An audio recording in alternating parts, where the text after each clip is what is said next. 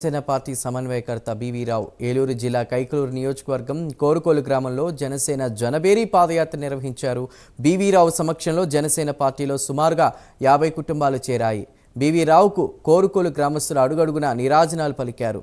మంగళహారతులిస్తూ బ్రహ్మరథం పట్టారు. పాదయాత్రలో భాగంగా బివి రావు ఇంటింటికి వెళ్లి ప్రజల సమస్యలను తెలుసుకుని జనసేన పార్టీ సిద్ధాంతాలను, పవన్ కళ్యాణ్ ఆశయాలను ప్రజల్లోకి తీసుకుని వెళ్లారు.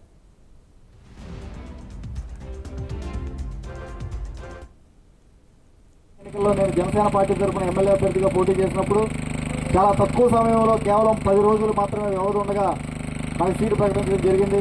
అయినా కూడా అంత తక్కువ సమయంలో చాలా ఎక్కువ ఓట్లు, నాకు పడిన ఓట్ల నియోజకవర్గం మొత్తం 11,000 ఓట్లు పడితే కేవలం ఒక కోరుకోలు గ్రామంలోనే దగ్గరగా 1,500 ఓట్లు ఈ ఒక్క గ్రామం నుంచి వేసి మీరందరూ కూడా నన్ను మీ బిడ్డగా ఆశీర్వదించారు.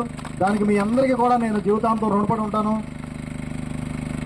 ఓడిపోయిన దగ్గర నుంచి కూడా మనం అనేక సేవా కార్యక్రమాలు చేస్తూ, అనేక పోరాటాలు చేస్తూ, పోలీసులతో కేసులు పెట్టుకున్న ప్రతిపక్షంగా పోరాడుతూ విజయ్ కుమార్ గారు చెప్పినట్టుగా ఆ రోజున 2వ స్థానంలో ఉన్నటువంటి జయమంగళ వెంకటరమణ తెలుగుదేశం పార్టీ ఎమ్మెల్యేగా పోటీ చేసిన వ్యక్తి కూడా అధికార పార్టీ ఒత్తిళ్లలోనే ఆయన అధికార పార్టీలో గెలిపారు. కానీ మనం ప్రతిపక్షంలో నిలబడి ఆ రోజు నుంచి పోటీ చేసిన ముగ్గురులో ప్రతిపక్ష పాత్రలో నిలబడి పోరాడుతుంది కేవలం నేను ఒక్కనే.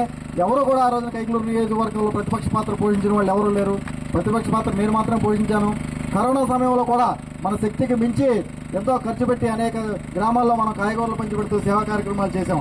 అనేక సేవా కార్యక్రమాలు చేస్తూ ముందుకెళ్ళాం. మన సంక్రాంతి సందర్భంగా కూడా పేద ప్రజలకి సంక్రాంతి కానుకని చెప్పి మనం అందజేసి 4 మండలాల్లోనూ, అదేవిధంగా ఈ యొక్క అంగన్వాడీ వర్కర్లు కూడా సంక్రాంతి కానుక అందజేసి ఎంతో ఖర్చు పెట్టి మనం సేవా కార్యక్రమాలు చేశాం. ఆ పరిమితుల మధ్యలో నిన్న మాత్రమే దీనికి పర్మిషన్ రావడంతో దీనికి అన్ని మైక్ పర్మిషన్ ఇవన్నీ కూడా ఉండాలని ఒక రోజు ముందు కూడా మీ ఎవరికీ చెప్పకుండా అప్పటికప్పుడు మేము వచ్చి 5 నిమిషాల ముందే ఈ వ్యాన్ వచ్చి అప్పటికప్పుడు సమాచారం లేకపోయినా కూడా మీరందరూ ఇంతమంది వచ్చి చిన్నమ్మలు, అక్కయ్యలు అందరూ కూడా, మహిళా తల్లులు కూడా అందరూ వచ్చి ఇక్కడ నన్ను ఆశీర్వదించడానికి వచ్చినందుకు, ఇంత తక్కువ సమయంలో మీరు అందరూ వచ్చినందుకు మీ అందరికీ కూడా నా హృదయపూర్వక కృతజ్ఞతలు తెలియజేసుకుంటున్నాను.